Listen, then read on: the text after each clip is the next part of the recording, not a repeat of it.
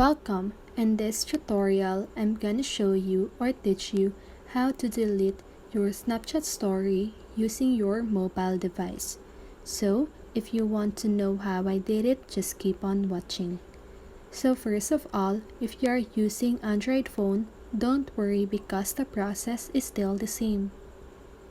So now let's get started. So first of all, you want to open your Snapchat app.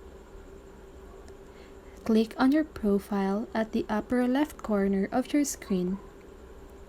Scroll down until you see the My Stories section and click on your story. So here you can see the three little dots at the upper right corner of your screen. So you just want to click on that.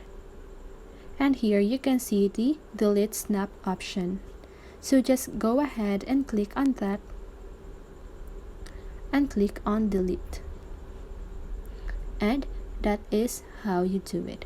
I hope this video helped you, and if it did, make sure to like, subscribe, and hit the bell notification so you won't miss a video. See you on the next one and have a great day.